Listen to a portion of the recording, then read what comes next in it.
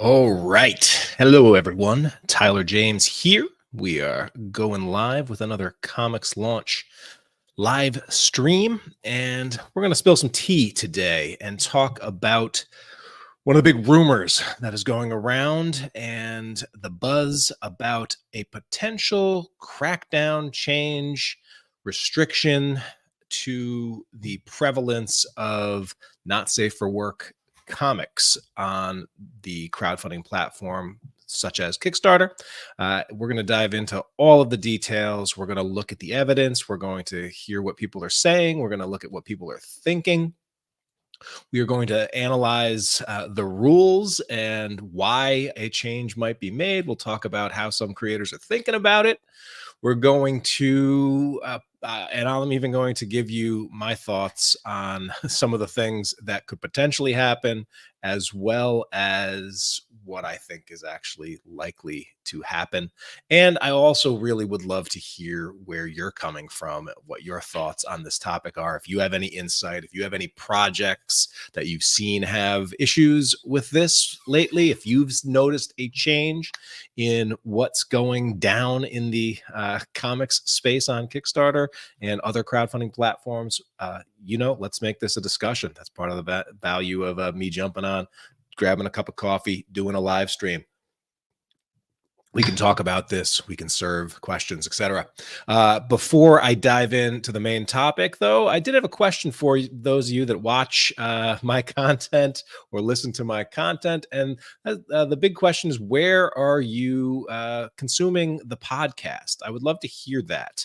One of the things that I have like for my own consumption habits is I sort of changed where I listen to podcasts. Most of the podcasts I listen to now is on Spotify, and I want to make sure that you all know that Comics Launch is on Spotify.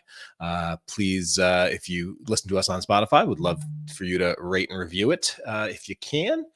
We also, prior to Spotify, most of the comics consumption I've done has been over on iTunes or Apple Podcasts now, and we've have a ton of really great reviews over there over the years. And we're actually so close to 100 reviews. Let's get to 100 reviews if we can.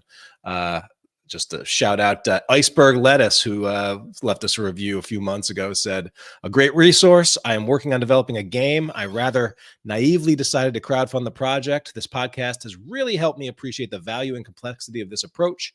As a newbie to product development and marketing, I have used the lessons in it to make important course corrections. Highly recommended." So it's actually been a while since I've checked out my reviews over on iTunes. And so I want to thank Iceberg Lettuce for dropping a 5-star review for us. Much appreciated. All right.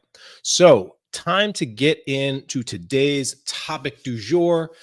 And that is the Kickstarter rumor mill that a crackdown is potentially coming on not safe for work comic crowdfunding. This is something that one of the benefits of running the Comics Launch Pro community, and also just being so connected to the world of comics and crowdfunders that comes from doing a podcast about it since 2015, is that you hear what's going on, what people are talking, what people are discussing. And so recently came just the discussion that, hey, something is rumbling potentially in the not safe for work, steamy, sexy, sort of not appropriate for children, NC-17, all sorts of ways that you can talk about these kinds of mature projects on Kickstarter. And it got me wondering, like, all right, is there truth to this matter? Is there something really going on? Why now? These projects have kind of, while it does seem like they are much more prevalent now on the platform in terms of percentage, and we'll talk about percentages as we go on. The question really is, if there is going to be a change, why did they wait so long? Because it does seem like for a while now, I've been talking about these projects. You can go back several years in the podcast archive to look at examples of comics in this category that have successfully published and raised a lot of funding. And so I really want to dive into not just the space in general, but what are some of the drivers that could be forcing this change. And but let's get some definitions out of the way. What what am I talking about? What is an NSFW comic? Uh, and basically, when we're talking about NSFW, not safe for work, we talk about essentially content that contains material that would be considered thematically inappropriate for children. This is from Wikipedia, including vulgarity, morally questionable actions, disturbing imagery, and sexually explicit material. Adult comics can be defined as intended for an audience of 16 years or older. And so there's a lot of different definitions here, and this category is kind of like calling something NSFW is kind of a broad brush, right? Like there and it's kind of, this is, I think, a term that emerged as as a vestige of the information age, where so many people would, while you're working at the office or whatever, somebody sends you a link, you get you see an article, you click on it, and it's like, oh, if I pull up this content while at work, is that going to potentially be a firing offense? And so it's kind of just funny that this is a term that really is an information age term, I believe. But in the world of this space for comics, I've heard it called a lot of different things. People will label things as mature reader comics. I've heard the word spicy get used a lot. Sometimes they will use the straight up word porn or pornography, although I think that is kind of less less common as a term that will be used to this. Although some creators really do lean into that term. As well as smut is another word that gets tossed around, and the Smut Peddler anthology that Spike Trotman has been working on that over the years has been, one of the wildly successful properties in this category. All right, but in terms of how these kinds of projects show up over on the Kickstarter platform, and I can sort of pull up Kickstarter just in general, you will see these projects that they really do take up a whole lot of different forms and formats in this space. So some of the categories, I would say, of the not safe for work comic that launches on Kickstarter, one would be sort of the comic itself is maybe PG-13 to R-rated, but the comic offers variant covers that might be not safe for work or have nudity, but that's not necessarily a feature of the interior. I think of some of the work of like Ron Z's work or Brian Polito's work. Most of that, the stuff that I've seen, seems to fall in the sort of like, bad girl sexy comics, but the interior, you could see, it's not, there's not a ton of sex. It's more action with sexy heroines, right? Than it is just like sexual content. But they really do lean into, on the cover side of things, just trading with the naughty and nice covers and things like that. So that's sort of one characterization of projects, and I have seen some creators that have like started with a book that is really PG-13-ish in terms of the content. Rob Multari's Nightwolf would be an example. But one of the things that he has experimented with was like, let's do some not safe for work covers and see if there's a section of my audience that likes that. All right, and so that's sort of one area of it. Then there's another area, which is comics that are sort of treated like R-rated comics. Something similar to what you might see on Game of Thrones, where there is nudity and sexual situations in the story, but that's not the main reason that you're coming to the story. And these projects actually don't lean heavy into like the different, states of undress, naughty and nice covers, etc. They just go for really top-notch covers and things like that. And so, they're not shying away from making a mature comic or talking about mature themes in the comic, but that's not sort of the whole the whole impetus behind the comic, right? And I look at Charlie Stickney's Galarian series, for example, as an example of those kinds of projects where, yes, there's mature themes. Yes, inside there's, sex and nudity inside the book, but it's only a part of it. And Charlie's actually not getting super aggressive about, having a lot of, nudity on his covers. He's actually going a different route with the covers. All right. Done very well for him. So that's another category of work in this space.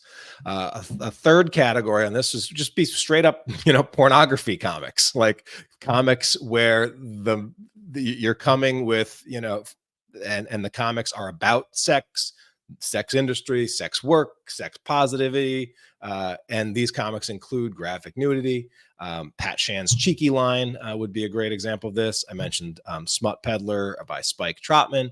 And these are, and even though, that's the label, like it is undeniable that there is a ton of work and talent and thought that goes into these projects, right? But it is specifically trying to play in that world, that space. And I know Pat has actually had success going to X-rated conventions that are really geared around that industry, and being a book publisher at that industry, comic book publisher at that industry, and as it seems to be something that works out pretty well for him.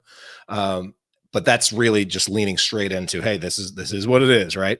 And then, so those are sort of like three different classes, I would say, of these style comics, and you'll find variations in between them all. But that's what we're looking at. And if you're on the Kickstarter platform, I guess sort of like any genre on Kickstarter, you are going to find really highbrow literary, just like production value off the charts, super talented artists working in this. And it's just like, wow, like this is like, these are great, well-produced comics in this realm of category of projects. And you will also find lowbrow, sort of exploitative, lowest common denominator projects.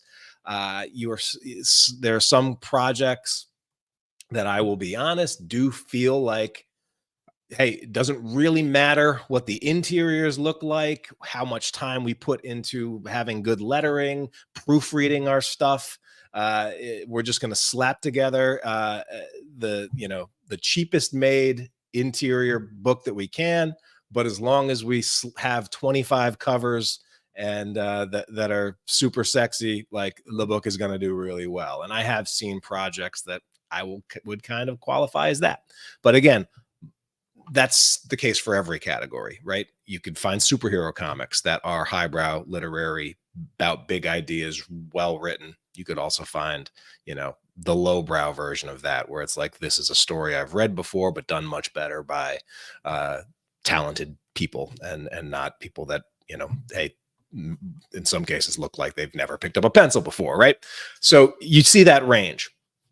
And I have talked to a number of creators over the years about their projects in this category, and I'm sure I will talk to plenty more as the years go by. So this is going to be interesting. But why is this a topic worth talking about right now? And one of the things that I'll say is, like, this is a polarizing topic. I almost feel like the not safe for work projects right now on Kickstarter and on other crowdfunding platforms, there is a little bit of a sense, and I do hear some creators talk about them, similar to how when I was doing a lot of conventions, you would hear artists, special and usually creator-owned comic creators, how I would hear them talk about the artists with the giant print walls, right? And being envious, and lots of artists have had and writers, etc., have had the experience of going to a comic book convention, struggling to get anyone to take any interest in this book that they spent years working on, and paid all this money to work with their to attract the talent, build the team, and it's an original idea, brand new. They're set up in the indie comics artist alley, and just it's a struggle to get anyone to notice them. And one of the reasons they think that is because they're looking across the way, and here's an artist with maybe a giant print wall that has like 100 of the most popular characters in pop culture history, and they're selling them, the giant prints of them for $30 a pop, and it's basically a license to print money. And so I do hear some creators that maybe look down on the prevalence of this category of project on Kickstarter. They see it as easy money or a cash grab, right? That often they look down and it's like, hey, you're doing this kind of stuff. Clearly, you're selling out. There is a thing, or you're making lowest common denominator content, and that is lesser than creators that aren't doing that, right? One of the things, I guess, unfortunately for creators who are in the sort of, or are not, doing not safe for work stuff, or not playing on the salacious side of things, is that, and are creating, truly original content, is that is always fighting upstream. It just is. Most people will tell you that they want something new. This is from I believe this is from the book, some of the Robert Cialdini's work, but it's general marketing principles that I've come across over the years. Most people tell you they want something new, something innovative, something fresh, but that's not actually what most people want.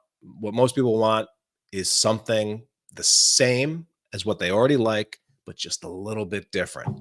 That's why sequels are the most popular form of entertainment. That's why reboots, a fresh take on something I already love, 9 times is going to get so much more easy. It's going to be just such an easier transaction, an easier way to commit, an easier entry point than something that you have never heard of and that is unlike anything that you've ever seen.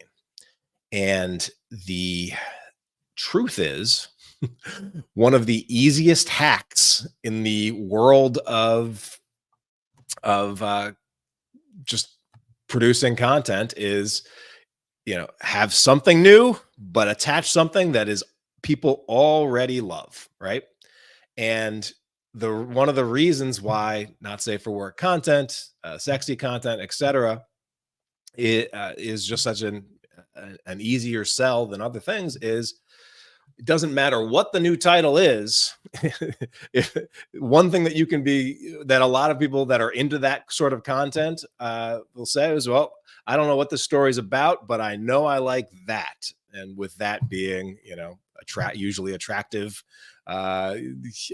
humans in little clothes or little to no clothes, engaged in spicy, salacious acts. Like it's undeniable, there is a big market for that kinds of stuff. And so, in a lot of ways, it is similar to the print walls at conventions. It's much easier to sell people something that they already know they like than it is to sell people something that they might love, but hey, they're not really sure, or they don't necessarily have an easier entry point into it. And so what you will find is that a lot of the big Kickstarter projects sort of fall into this category.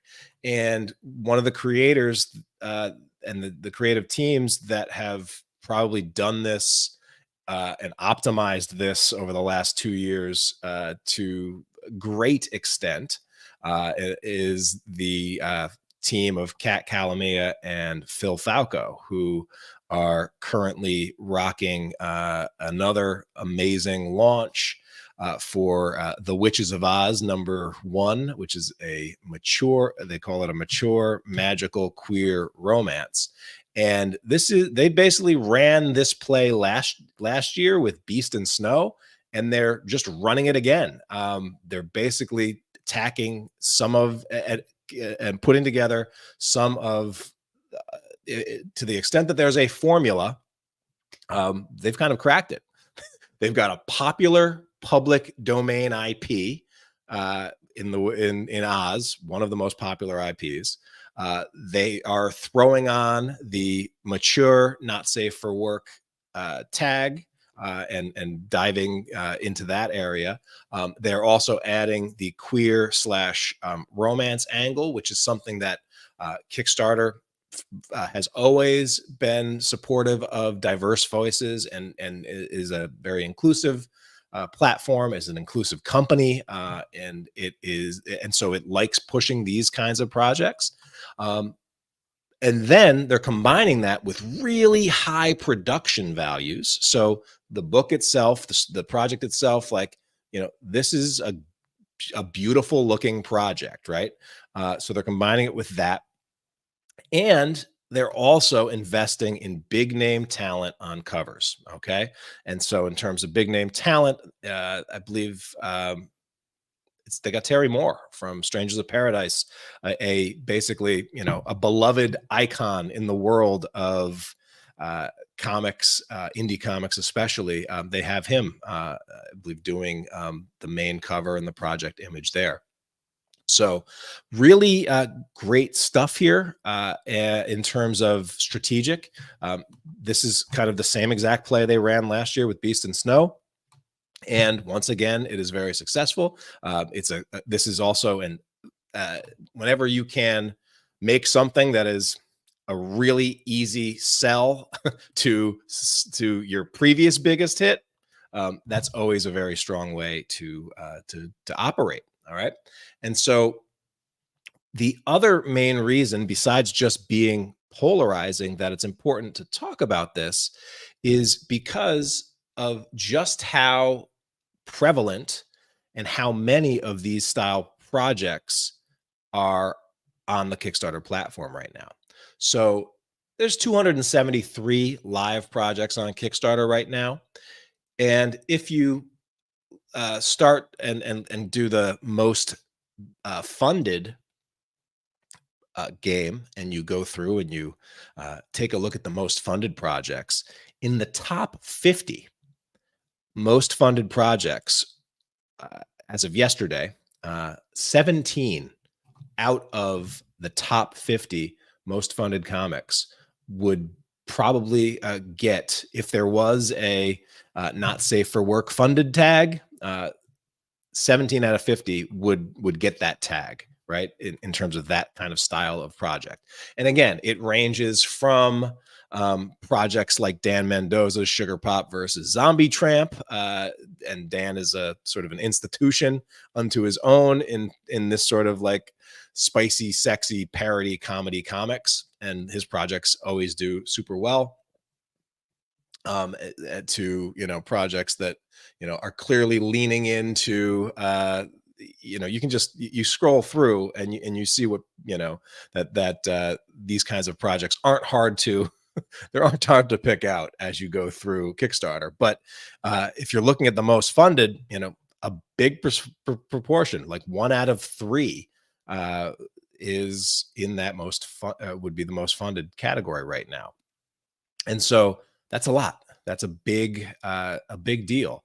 And we had Russell Nolte from Wannabe Comics, and he was on the podcast a few episodes ago, Comics Launch 455, and he was talking about his first foray into not safe for work comics with a book called Death's Kiss. And Death's Kiss ended up with 822 backers and over $26,600 raised. That is this is again a single issue comic that amounted to more his last single issue comic, also, high production value, named artist, the whole nine. His last comic only had 291 backers and raised $4,651. That was not in this category. It was more in the crime-ish horror area, I believe. And so, to more than 5x his funding by jumping into this space and adding over 500 backers. And this is Russell Nolte, right? We're talking about Russell, somebody who is, not just a pro at crowdfunding, but has a big audience, has a massive following, has a huge email list, has a great creator network. And so the fact that, just changing categories from and style of launch, obviously there's other things that went into it as well. It's and he partnered with another author who also has her own following.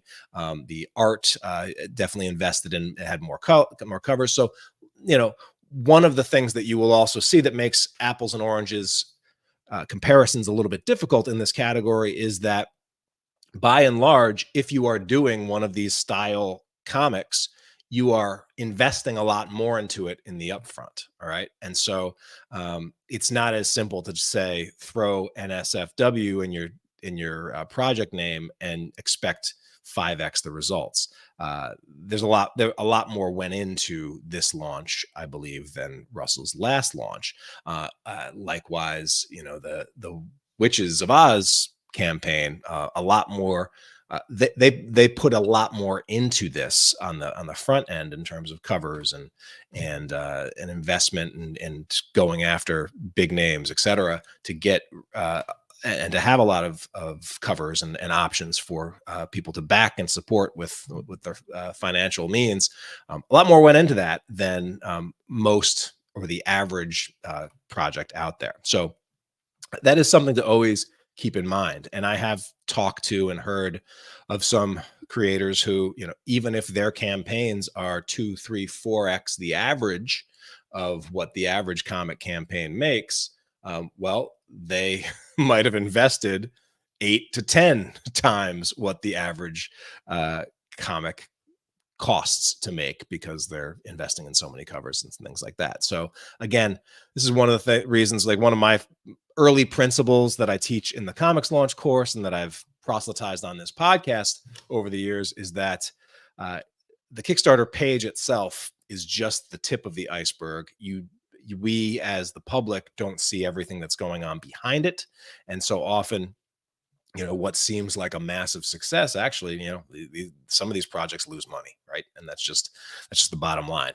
But all that said, because of the prevalence of these projects and the fact that the biggest names in these projects keep launching them, you have to assume that when done right, there is a lot, like these are profitable endeavors, such that they want to do more of them. All right. So that's sort of why this area is important, and why it would be a big deal if there really is a crackdown coming, right? 34% of the top projects in this category, if there's a big change, that's going to affect a lot of projects. That's going to affect a lot of creators.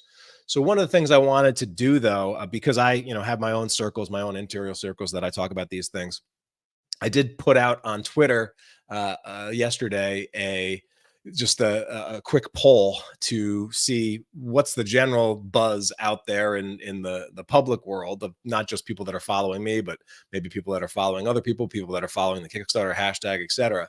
And so I did put a poll out. It said, "Do you think a crackdown is coming? Do you think a crackdown is coming, or restrictions? Do you think crackdown or restrictions on NSFW comic projects are coming soon to Kickstarter?" And my very informal poll that only that got 42 votes had 42% say yup, definitely. 47% say maybe, maybe small changes, and then 9.5% said no chance. So as you can see, like the predominant opinion right now, as much as we can trust the polls on X, is that something's going on, and there's probably good reason for this. And one of the first people that replied to me was Pat Shand of Cheeky Comics fame. And Pat knows this space very well, has a Kickstarter running pretty much, I think, all year round, and sometimes multiple Kickstarters running for his across his wider network of projects. And Pat wrote in response to my poll, he said, "It's already happening in some ways. Creators have been told that now even pages showing non-explicit and even covered censored sex scenes cannot be shown. This impacts not just the erotic romance genre, but also just about any other adult book with a sex scene." And so, yeah, and I'll be honest, I think Pat may have been one of the key creators that was sort of that people were talking about when they heard that something is happening here. And because I think, and he let it be known that he was asked on his most recent project to remove a few images or pages, and I think it was specifically geared around showing actual sex scenes. And I know if you look at Pat's one of Pat's projects from a few months ago, this is Only Friends with Pen, which was super successful cheeky comic over here. Again, 1,300 plus backers, $61,000 raised. If you actually look at the preview pages, you can actually find examples of there's censored sex going on in here, censored. On his latest project, when you get to his preview pages, and they're pretty light in terms of his preview pages, none of those, there's nothing like that on the preview pages. So it's kind of clear that may be one of the differences that he was asked. And so one of the buzzwords, or one of the things that I was hearing, is that, oh yeah, Kickstarter won't let you do censored bars anymore on their pages, because even with the censored bars covering up all the naughty bits, they still asked for removing of preview pages that were showing actual sexual acts. And so then one of the rumors that I was hearing was that, oh yeah, Kickstarter's making a change where you can't show censored bars on your pages anymore. But it's pretty clear, at least as of right now, if Pat was asked to make some changes to Nippy to remove some preview pages that clearly showed sex acts that were being censored, but what they're not requiring you to do is just get rid of censored bars altogether, because this is clearly something that Pat was able to keep on his project to showcase his covers, etc. So that's just one thing to keep in mind there, that while that there may be a change to what you can show on your preview pages, it might not necessarily be as drastic as, hey, you can't show any of this stuff. But still, one of the questions that this is bringing to mind is, why this, why now? What is what's the impetus for any of this, and why would they be making this change? Kickstarter, I just got an email from Everett Hartso that Kickstarter is turning 15 years old. It's a teenager. It's about, they're sort of at the age where this is the stuff that they would be really into, because the forbidden fruit, etc. As comment over here from Joey Galvez, people want what they can't get in the direct market, so why crack down when a good portion of backers want this? So yeah, that is the question, Joey. I mean, one of the tenets of having a business that's going to be successful is to fulfill a need that is not currently being fill a need in the market there's not currently being filled in other areas. And it is true that a lot of this content is not something that gets prime display or even carried at all in a lot of comic shops, bookstores, etc. And so this is also the kind of content where many adults probably wouldn't feel as comfortable walking in and grabbing a big pile of these not safe for books and then put it in front of a judgy person behind a bookstore. Even though I know most comic shop owners out there aren't all that judgy, and understand that there's a pot for every lid and a book for every reader. But that said, there's a reason why this stuff does so well on these crowdfunding platforms. It's a kind of a pretty easy way to buy it without getting judged and without getting eyebrows, etc. And so, but why are they making this change? And the answer that I've gotten is that this is something that is potentially coming not from Kickstarter, but from their payment processor company, Stripe. If you look at Kickstarter's rules, Kickstarter has a page in their rules. It's very clear, and they have a list of prohibited items. And this is always interesting to look at because there are some things that you actually do not see on Kickstarter. They say we prohibit projects that are illegal, heavily regulated, or potentially dangerous for backers, as well as rewards that the creator did not make. All right. So that's part of Kickstarter's ethos. And then they have a number of the things that they don't allow. They're not in the illness treatment or prevention space. So nutritional supplements, tonics, etc., the snake oil, that you can't do those kinds of projects on Kickstarter. You can't do contests and gambling and raffles, a lot of foods they don't want. So they got a whole list here. And one of the things that they do have sort of snuck in the middle here is a prohibition against pornographic material. All right.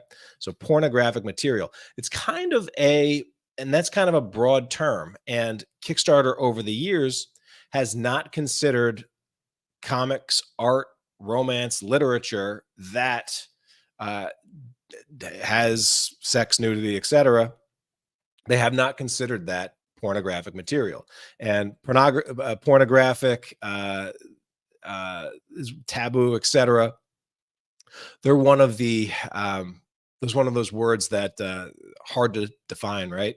The definition of pornography, if you just sort of look up a Webster's definition, one, it says the depiction of erotic behavior, as in pictures or writing intended to cause sexual excitement. Two, material such as books or a photograph that depicts erotic behavior as intended to cause sexual excitement. Number three, the depiction of acts in a sensual manner so as to arouse a quick, intense emotional reaction.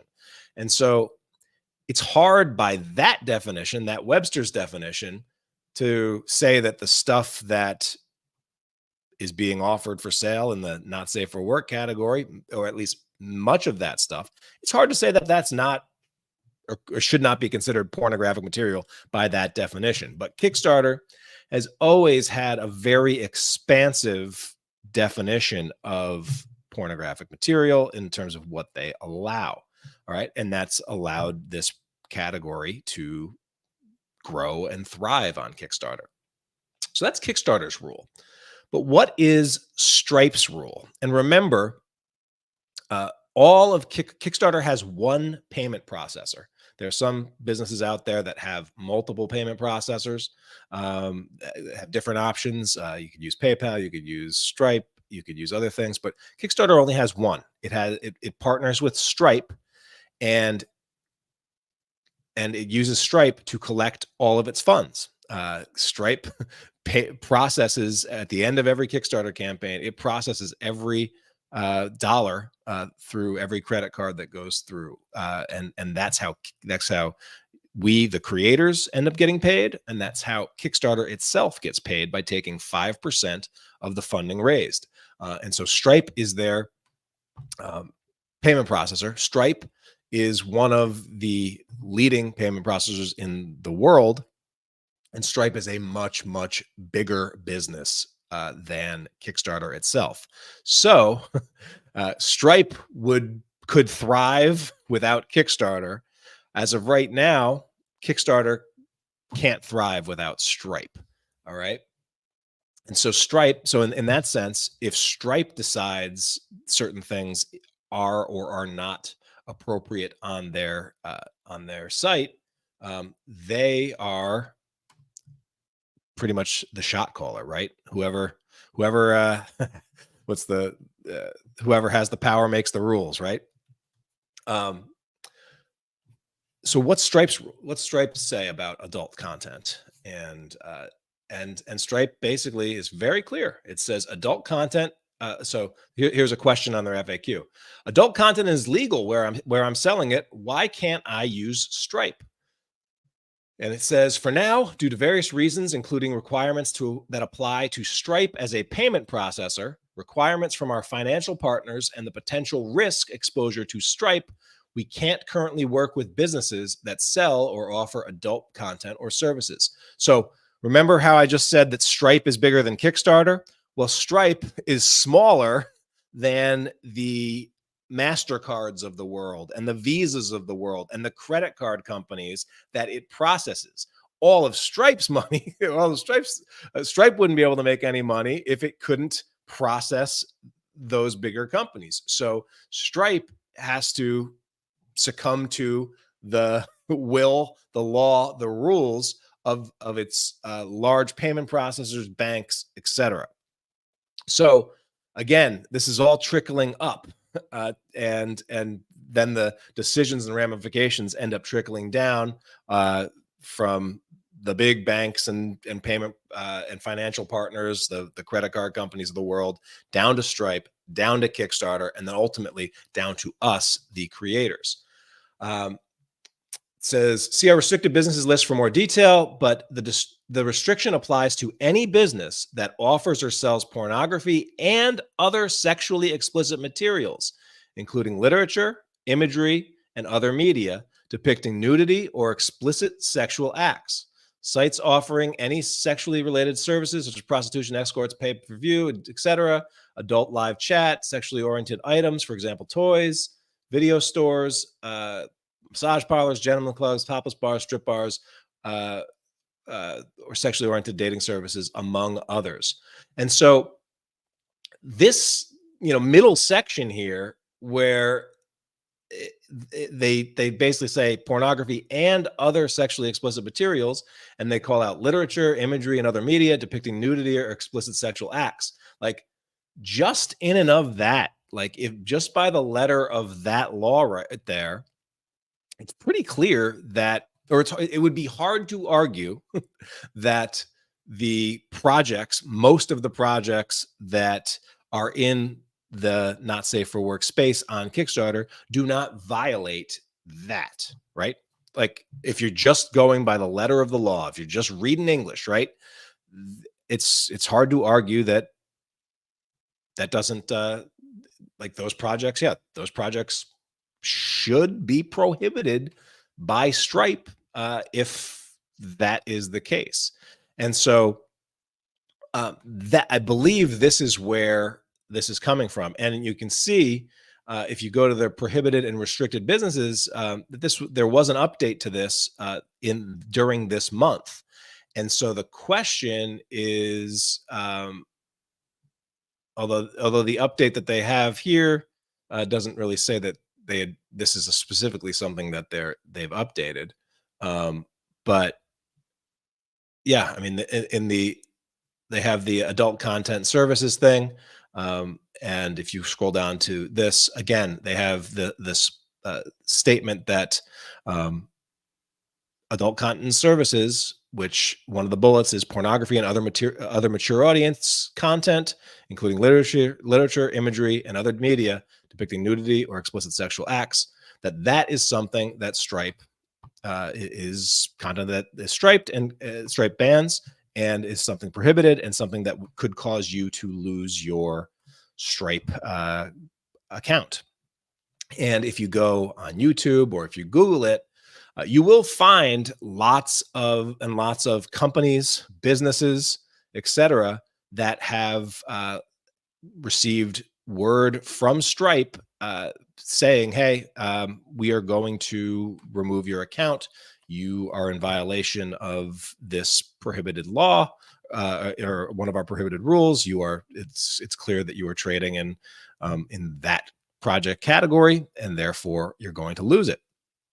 And so that is and so the question then becomes, would Kickstarter as a business, because they are hosting projects in this category, is Kickstarter as a business in danger of losing its Stripe connection, its Stripe account? And if it did lose its Stripe account, we could say, well, they could go to another payment processor out there. But when you actually look at the other payment processors, they are in the same position that Stripe is in that they have to work with the bigger institutions, the credit card companies, et cetera. And they are the ones that are primarily driving the this rule and this prohibition. So it's a very interesting situation there, and very knotty. And so what does this mean? What does this mean for a site like Kickstarter? And does this mean that, hey, well, we need to do a mass exodus to another crowdfunding platform to take these kinds of projects?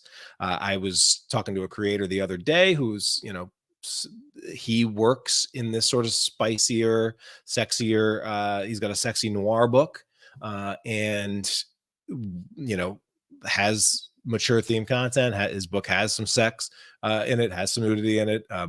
Probably wants to have some of those covers as an option to upsell his backers and to attract the community that's into this sort of content. And so he was wondering whether or not he should move to BackerKit. And so, interestingly enough, you jump over to BackerKit, and BackerKit, which is started as a pledge manager working on the back of crowdfunding projects like Kickstarter projects, but is now a full service crowdfunding platform, and one that is really trying to make inroads into the comic space. They actually have an event coming up called Comictopia, where they're really going to try to highlight comics on their platform, because up until now, very few comics each month are launching on BackerKit, but they are doing their best to grow.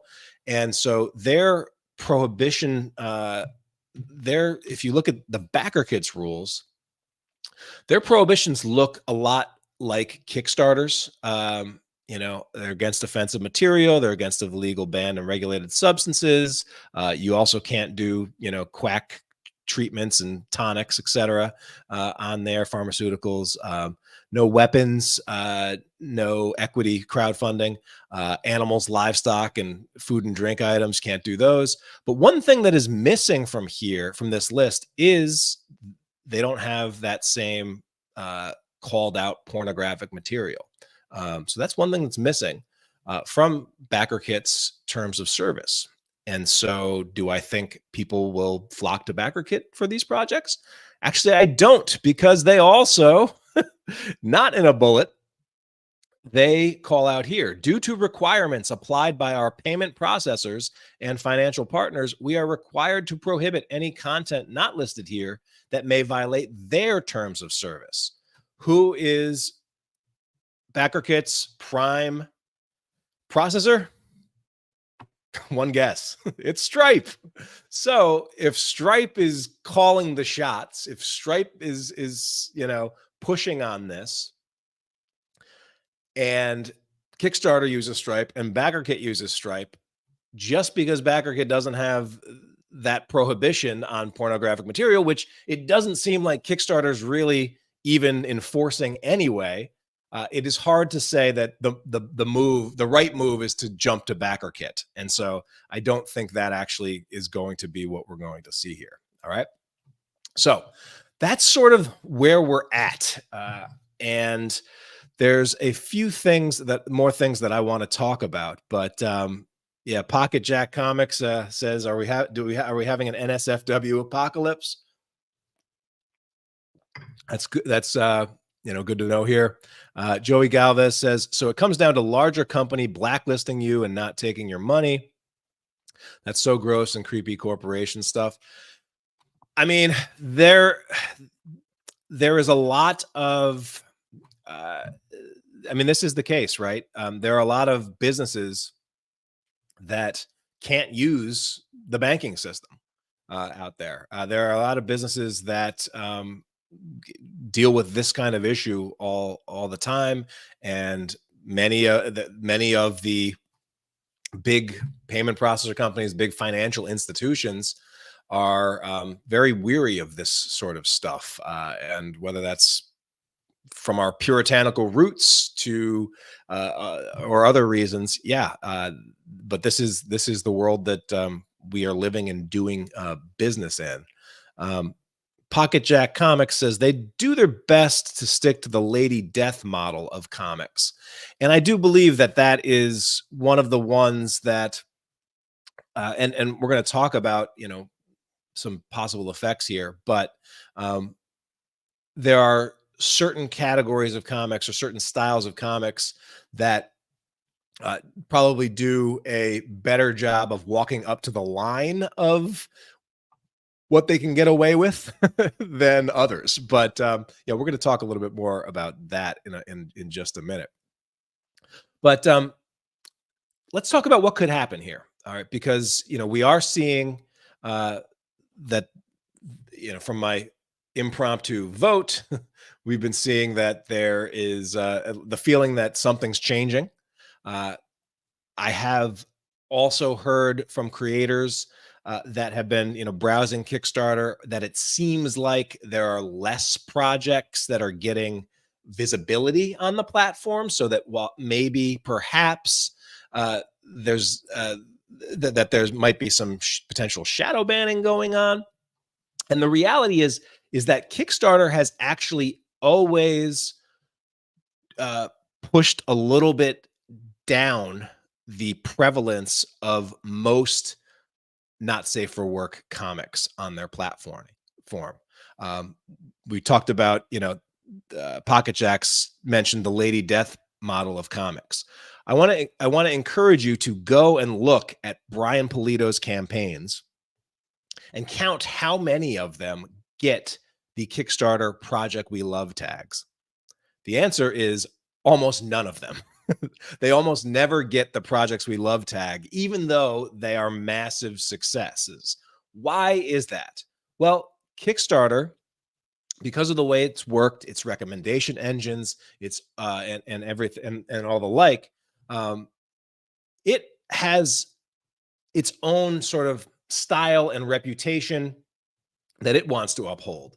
And what it doesn't necessarily, and what it understands is, for the general population or the general public, there's some material that might be a little bit too spicy, a little bit too racy, a little bit exactly what you think, not safe for work.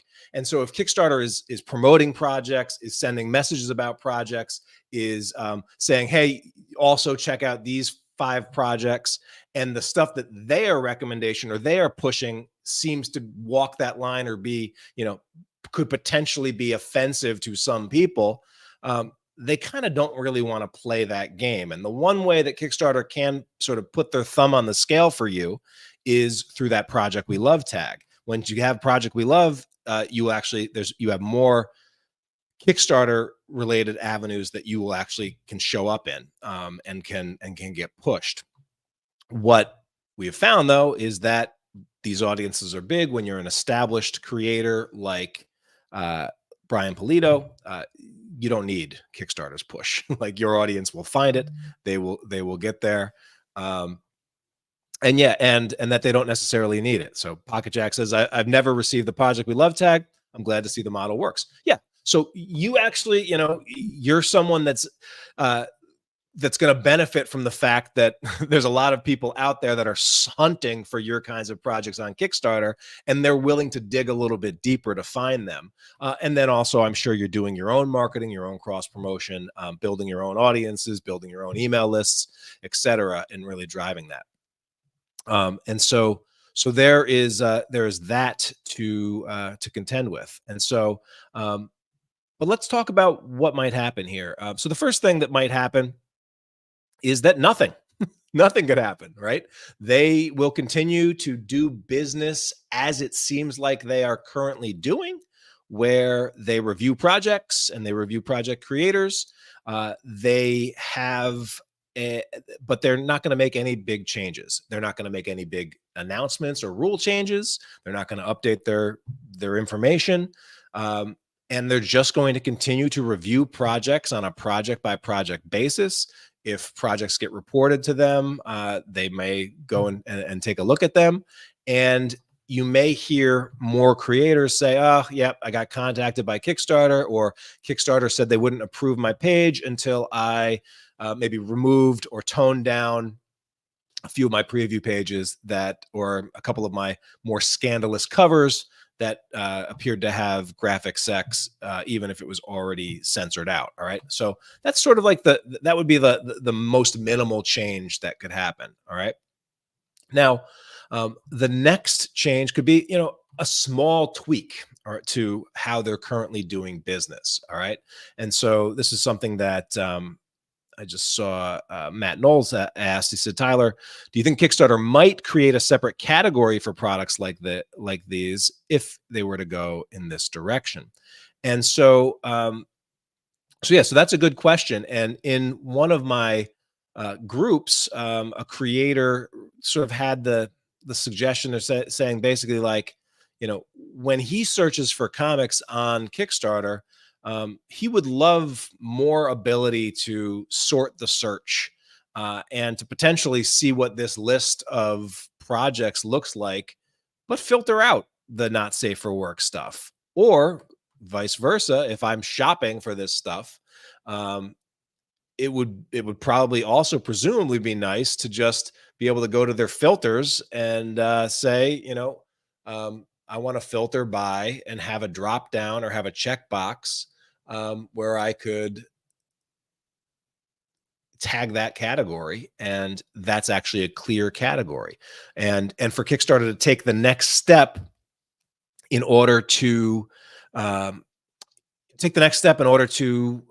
really address this and make it clear that these projects are in a lane of their own, and make them declare that they're in that lane, as opposed to just sort of, hey, it's a project like any other project. Kickstarter is doing that right now with AI on the platform, where there's a separate question that's all about, what is the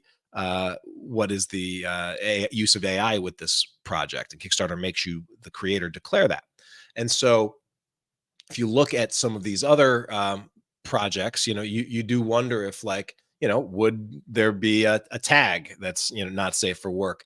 And thus you might, sort of like the old video stores where they had the safe for all eyeballs content in the front room, but then a back room behind the wall that you could unlock, and go in there. Now, Kickstarter, because you have to be 18, I believe, in order to back a Kickstarter project. You have to have a credit card, etc.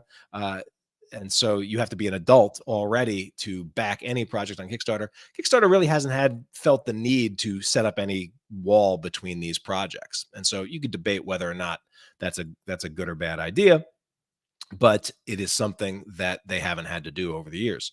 All right. But you could see minor tweaks where they do something to clarify this a little bit and maybe potentially wall off those kinds of categories. But, you know, the question that I would have back, if they did that, is, well, how does creating a separate category for these projects address the problems of their payment processor? Really doesn't, right? Like, if the payment processor is saying, you can't use our payment processor to sell this kinds of materials, well, how does that actually help? All right. And so there is that. Then the sort of third option that Kickstarter could do is to suddenly, impose some major restrictions. All right. And I could see this coming in the form of a a formal declaration of what and clarification of what you can and can't sell on their platform. And you might see things like, all right, you need to completely restrict anything that, by definition of what Stripe says, is you have a complete ban on nudity or explicit sexual acts in the work or anything that you display on the Kickstarter page. And they take it as far as it can't be apparent that your project has that content. So looking at, here's Pat's latest campaign, which he launched just on the back of the last one, which is a swimsuit special for Cheeky. And so, got a lot of swimsuits, but you do wonder, okay, if you're doing a censored bar, the only reason you would censor something in this manner would be because you are selling a nude product. Well, maybe they make the determination that, well, hey, that is no longer allowed, right? Because that's what our payment processor, by the letter of the law, is saying. All right.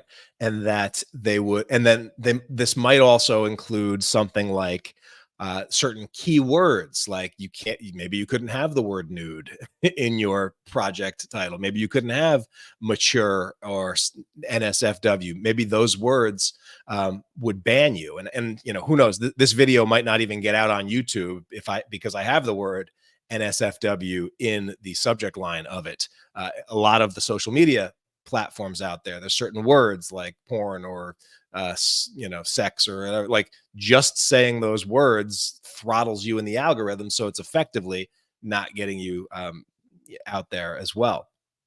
And so you could see major restrictions coming where you just you basically have to tame the heck out of your project, but you could still launch it.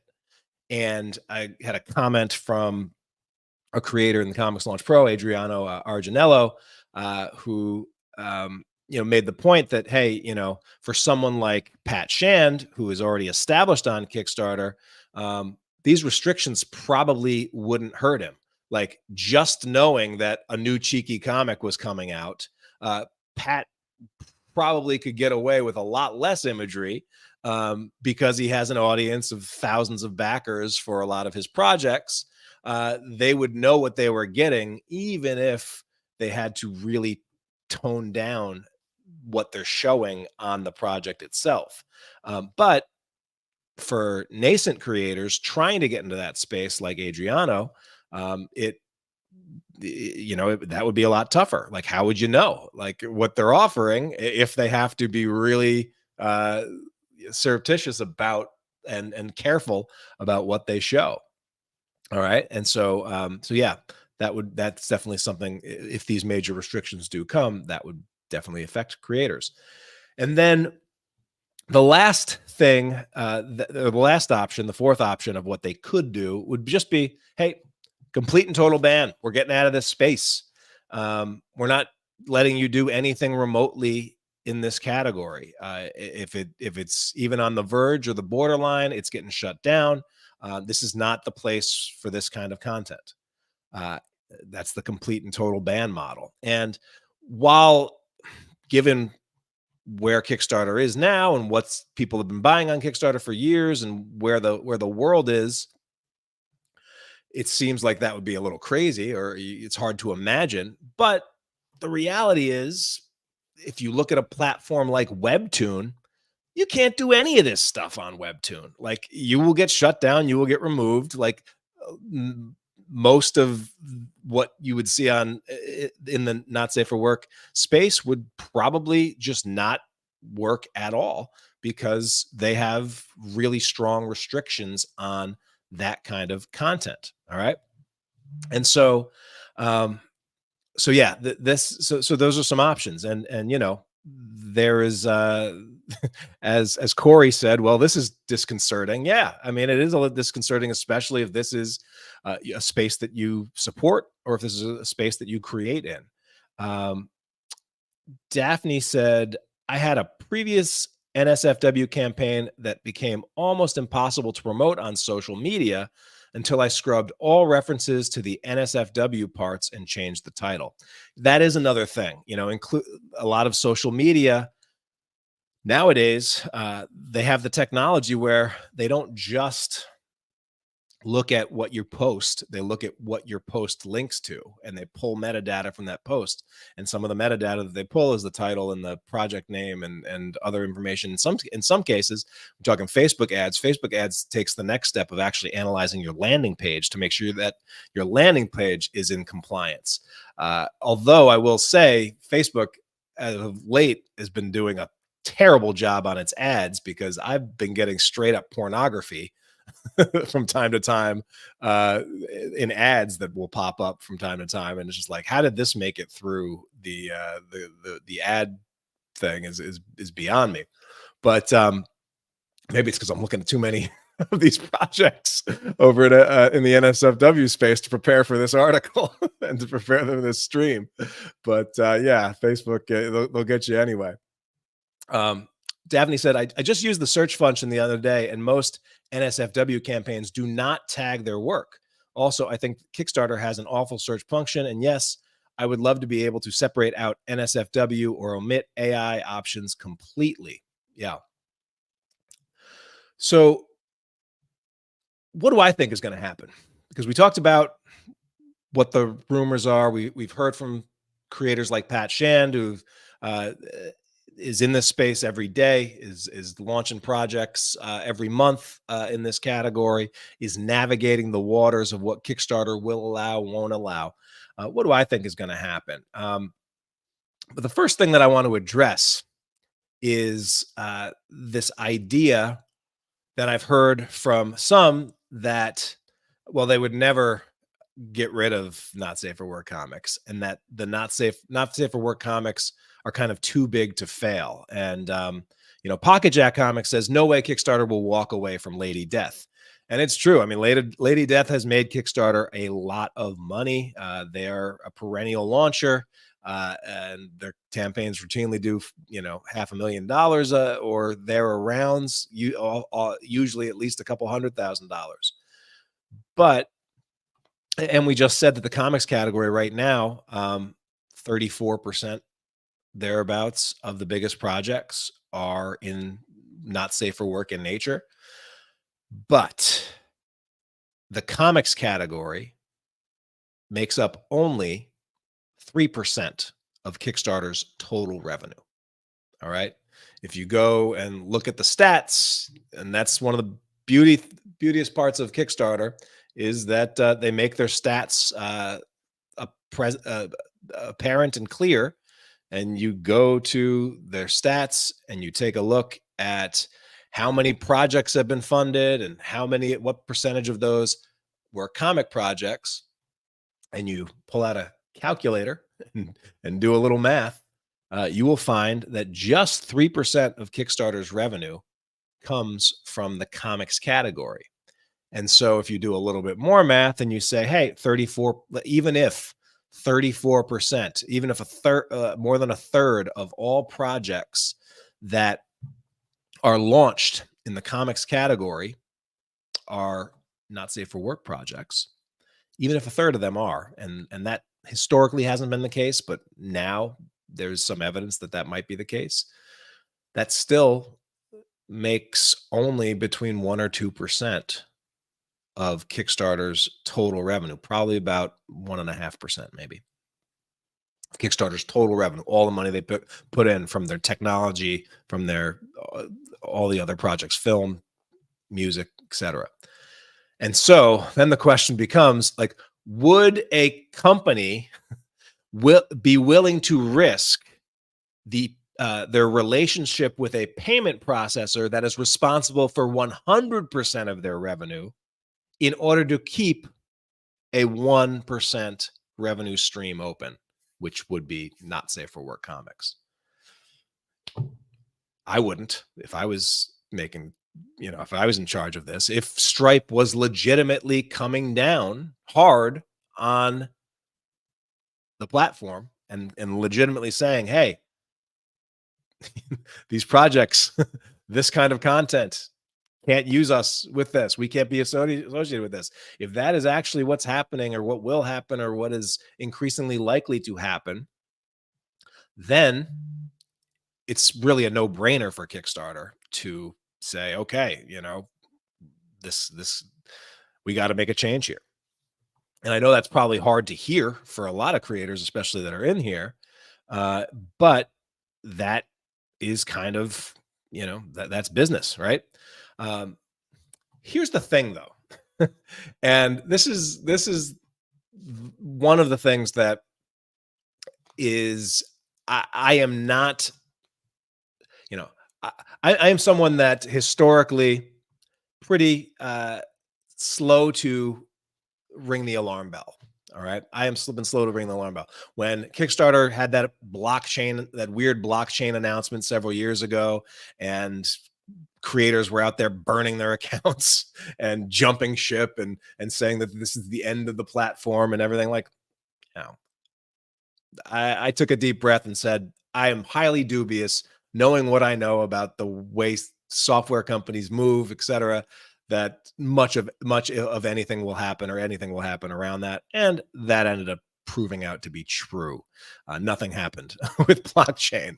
And so I'm pretty low to raise the alarm bells. And so the one reason why I'm dubious that Stripe is going to crack an extremely hard whip is that, as of today, OnlyFans still exists.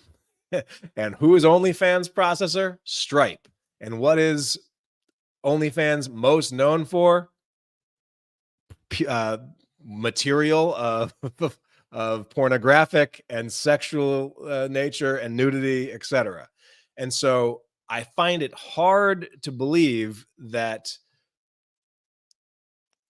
Stripe would crack down on this small subset of category on the Kickstarter platform, which really makes up just a tiny, tiny, tiny percentage of all the projects that Kickstarter launches, and that Kickstarter is not synonymous with, right?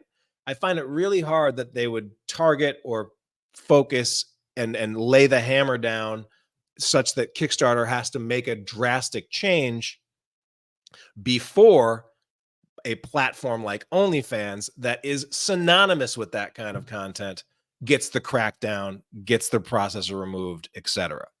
And so that is one of the things that I would suggest says that maybe this is not going to be something that potentially anything too bad happens with very soon. But I will say, if we do see a massive crackdown change to what happens in a platform like OnlyFans, it would be hard to not revisit that in order to and think that bigger changes might be coming and trickle down towards our crowdfunding platform of Kickstarter. All right. And so my advice to creators that are in this space is first to just, proceed with your projects, but proceed with some caution, right? First, I would say be prepared to market your not safe for work content on the merits of safe for work quality, right? Be able to market your book on its own merits. And so, the Witches of Oz, that's Kat Calamia and Phil Falco's, like, even if they removed all traces of sexual content and nudity content from this book, this is a book that still would do quite well on Kickstarter. Terry Moore cover, popular IP, leading into LGBTQ themes, and beautiful poppy art, like edgy hook. That's going to do well even without that content. That I think the NSFW spicy, mature themes content is a force multiplier in a lot of ways. It gets you not just the people that are interested in that IP or queer comics or the creators themselves, but then it also does get those speculators out there and you see them at every comic convention who are hunting for the sexiest covers out there and seem to have an insatiable appetite for this stuff. I do wonder, when I look at how much of our national debt is people buying 20 to 30 spicy covers for every one of these projects that drops on Kickstarter. I bet you it's not zero, right? but yeah, that would be one thing that I would think about is be able to market your stuff based on its appeal, even above and beyond that NSFW content. Another example of that would be, this Nippy project that Pat Shannon Cheeky Comics just did, right? I mean, it's sexy frozen is essentially the high concept. And Pat has a track record of being able to do this kinds of stuff. It is well and aligned with what Pat has done, doing twists with all his work for Zenoscope, the Grimm fairy tale stuff. So, this is like, we talked about it earlier, the power, like people do not want to buy something completely new. They want the same, but a little different. This is the same, but a little different, brought to you by a creator with a track record of doing things like this and doing it well. And then the third thing that it will just be a piece of advice for creators is be prepared to have some options in case there is a censor bar ban coming down the pipe. All right. And so, I noticed on Nippy, when Pat was forced to remove pages, from his preview, I'm wondering if part of the, and you can see like 1, 2, 3, I think he had 3-page preview. In terms of Kickstarter averages for high performing campaigns, a 3-page preview, not very much. It's a little bit on the low side. Now, for a creator that's as established as Pat, he'd probably get away with having no preview of this book. People, they trust him. They trust him for this kind of content. But for the new creators out there that are maybe first jumping into this space, I would make sure that you have at least 5 consecutive pages that could potentially go up on your Kickstarter page, even if even without censor bars, to show that this book could play in that world. This might require you to do what James Masha of Cheeky Comics does. Excuse me, not Cheeky Comics. James Masha, Drem Productions, and I know for his book, his Zombie Cheerleaders from Outer Space book, he actually has sort of R-rated versions and NC-17 rated versions of his books, where actually there's digital art on the books inside. He, makes has the artist have a couple of different versions. So there's like, really spicy, hard art, or hard graphic content in one version of the interior book, but then he also has another option that is a little bit less graphic. And when you're working with digital artists, that usually isn't all that tough to make. So, potentially having that ability to make those changes and to have, access to, and to be able to show a project that may have that content in it, but you're not showing it and not leaning so heavily on big sensor, or in some cases tiny sensor bars, and leaning on the quality of the product itself. All right. So that's what I think. That's my advice for creators. Again, I don't have any special insight. I would love it if Kickstarter would be able to come out and make some statements on this. I understand why it is probably in their best interest to, in some cases, not say anything and sort of let the current status quo go, because it's working. Kickstarter had a massive jump in terms of total funding raised last year. We know NSFW projects are a big part of that, not the only part of it. In fact, the biggest Kickstarters on the Kickstarter platform are not in this category, like the absolute biggest ones, the top 3, the top 5, etc. So that is not so again, NSFW is not a prerequisite for success on the platform, but as we've seen, it is an easier entry point for a lot of creators. All right. Before I wrap up, I want to catch up on some of the comments here. Bill Bitrush Crypto says, if that happens, I'll link from Kickstarter to my website for the Not Safe for Work covers on pre-sale and save the 7% to Kickstarter fees. Yeah, I mean, I suppose you could do that. Use Kickstarter as exposure and audience building, and link to other places in order to do that. I guess the question becomes, how are you processing those things, and the potential danger if you are using Stripe on the back end to process. Like, hopefully you have alternate options. I'm assuming you may have some crypto options, which that may be where this stuff goes. But that is an option. The only potential downside to that is, we know on Kickstarter, part of the algorithm, part of the awareness is, and part of the way it works is, the more money you raise on Kickstarter, the easier it is to raise more money on Kickstarter. And so, if for a lot of these projects you pulled out all of their Not Safe for Work covers from their funding, they would probably rank a whole lot lower on the page than not.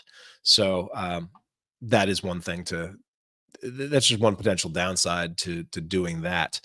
Also, it's been proven, like, the more links that you have that take you from your Kickstarter page away from Kickstarter, the conversion rates on your page tends to go down. So and it is harder to make an additional it's harder to make a sale on a platform outside of Kickstarter in most cases than on Kickstarter itself. But that is an option, and that is one thing that I will say, like, as creators, we will find a way, right?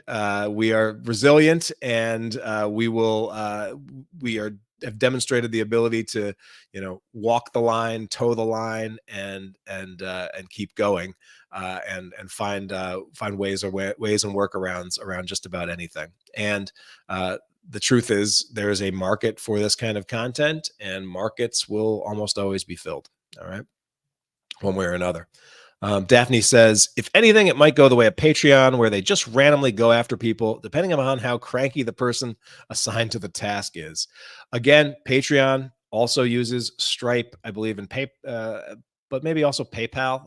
But I believe PayPal has some issues here as well. And I haven't looked up PayPal's prohibitions lately, but I'm assuming they have similar issues with that kind of content.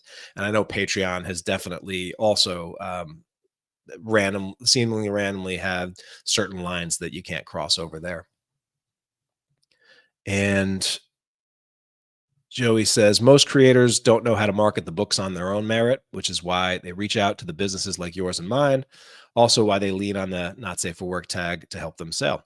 Yeah, I mean, I the work that we do as creators is hard, and so anything that you can do to bridge the divide, bridge the gap between uh, you know and to make it easier for a market to connect with the stuff that we're doing, it can be hard to not want to just jump at that. And uh, the creators, I think, that have the most fulfillment, though, are sort of able to walk the line between doing books that they're still really passionate about, doing them at a high level, having the from the writing quality to the art to the covers to the entire presentation and package be of clear, impeccable value, such that you know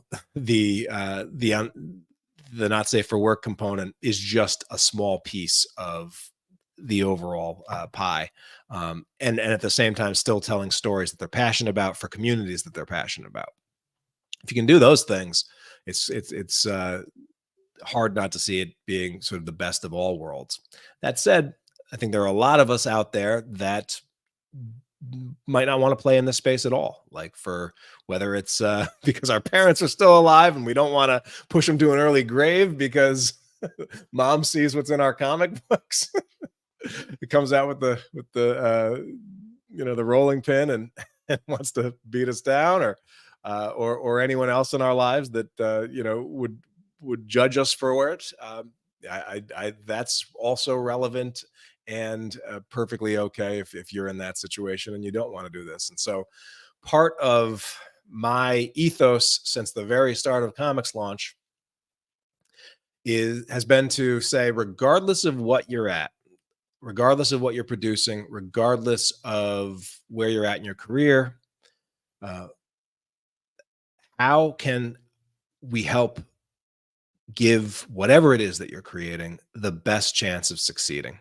And over the past 8 years, 9 years that I've been doing the work and working actually with creators, I've worked with on all kinds of projects. And the reality is there's a lot of creators that are working in genres or working on projects that just the market potential for this project is much smaller on a Kickstarter launch. All right. But the market potential for that is much, they're not all going to be even. They're not all going to be equal. But we live in a world with like 8 or 9 billion people, right? There's a lot of money out there in the world. There's a lot of consumers out there in the world. There's a lot of people that read comics out there in the world. And so while there's no guarantee that every comic out there can, raise $60,000, $100,000, $200,000, $1 million+ dollars, no, that's not ever going to happen. It's not going to ever be equitable. But we all do have, on a platform like Kickstarter, equal space to promote it, and equal tools at our disposal to get the word out about our books, and the equal ability to reach out and try to find a community and connect our books to those community. And so regardless of what you're working on, my mission has always been, let's maximize what it is that you have and get the most out of it. All right. And so that's what we're going to continue to do. But this is something that we're going to be watching. We're going to be watching this space. We'll be seeing if the rumor mill is true, if there are big changes coming, small changes coming, or small tweaks around the margin. But regardless, one of the rules is the more things, things are never changing. Things are always changing in the world of comics and crowdfunding. And we need to be adaptable as creators to those changes. So I hope you got some value from today's episode. Thank you so much for tuning in, and I can't wait to see what you all launch next.